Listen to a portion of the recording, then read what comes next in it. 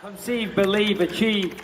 This is former UFC middleweight champion of the world, Michael Bisping. Paddy the Baddy here. You're listening to Combat Sports UK. And you're watching Combat Sports UK. Rob Smith for Combat Sports UK. I'm here at Ace MMA with Nayem Hoque. Nayem, how are you, mate? Good, yeah. Thanks for having us on. It's my pleasure, mate. It's my pleasure. So the main reason I'm here today is we're doing a preview interview ahead of your Unity Fighting Championship fight. Do you want to let the fans know who you're fighting and where? Yeah, so I'm fighting a lad called Ryan Bowness. I've watched a tiny bit of him, and I'm one of them guys who likes to watch their opponent. Yeah. I know there's some people out there who let the coaches do it, but I'm one of the guys who like to study my opponent and see his strengths, see his weaknesses, and see where I'm better. Have you always liked? Is that something you've always liked to do? Yeah, I've always been like that.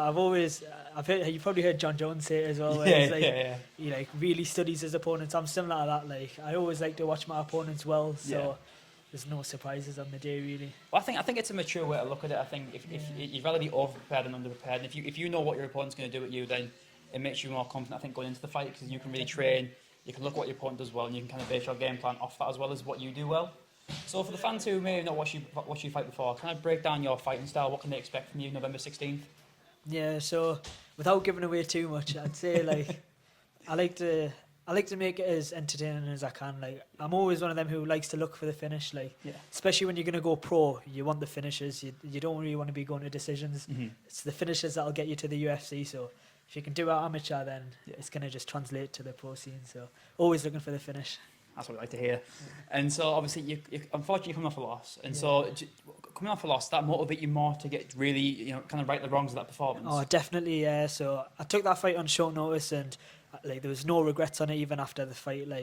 It's one of them where I said before I value the three rounds of experience more than a win on my record. I'm one of them who'll always take the fight. I want to get that experience now rather than at pro, where if I take a loss at pro, so you can't take that off. If you can take a loss at amateur, then at least when you're at pro, your records is back to your debut. So, well, I think that's a really mature mindset to have. I speak to some young fighters, especially in the younger fighters, who they say oh, I don't want to lose, I'm scared of losing. And I understand no one wants to lose. I get that, but I think for you, especially on wanting to go pro, you talk about your UFC aspirations there.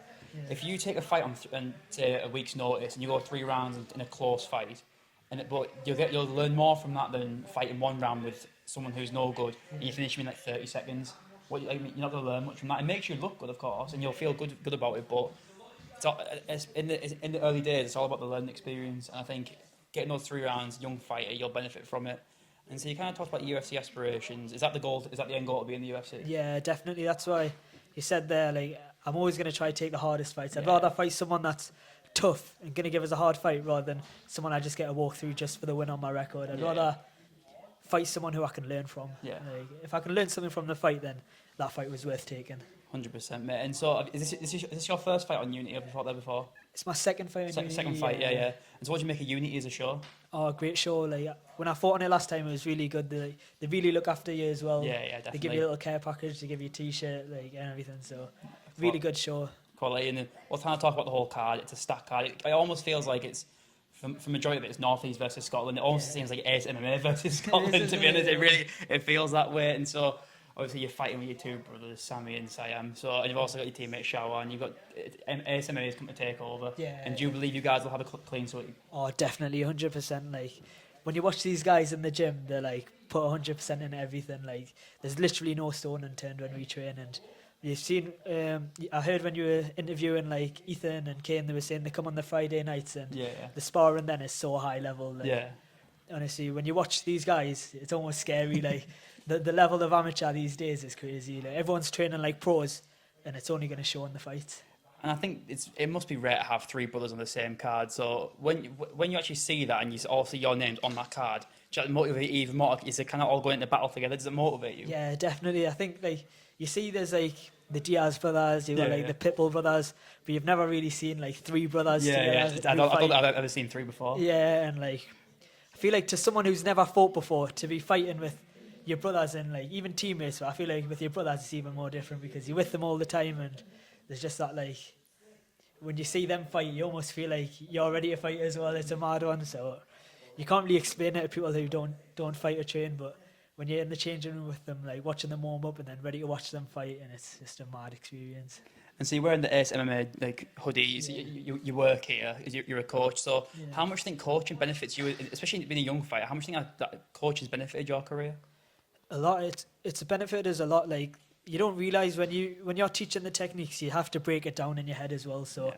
you're actively thinking about the techniques you're teaching and the techniques you do. And like a lot of the times, I like to teach the techniques that I know work for me. So I know they work for me, and then it benefits me when I'm training as well, because I've broke that technique down, and then when I implement it in sparring, I'm like, I remember the cues better because I'm actively thinking about the techniques.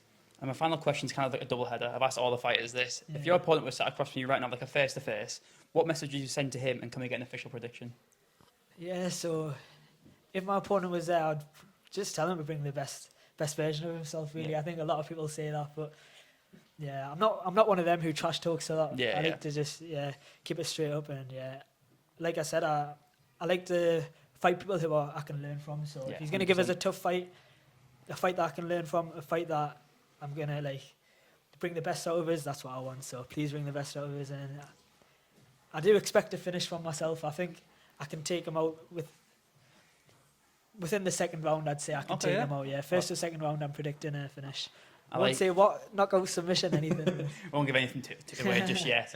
And so I'll give you a chance to kind of shout out your social media. I'm sure you got a link in your bio for tickets. I know Unity's almost sold out, but for us find a few tickets. What's your social media, mate? Yeah. So my social media is just Nayem_Hoque on Instagram, and just a shout out to my sponsors, Cruise Fightwear, and obviously the Gym Ace MMA. They just do so much for us.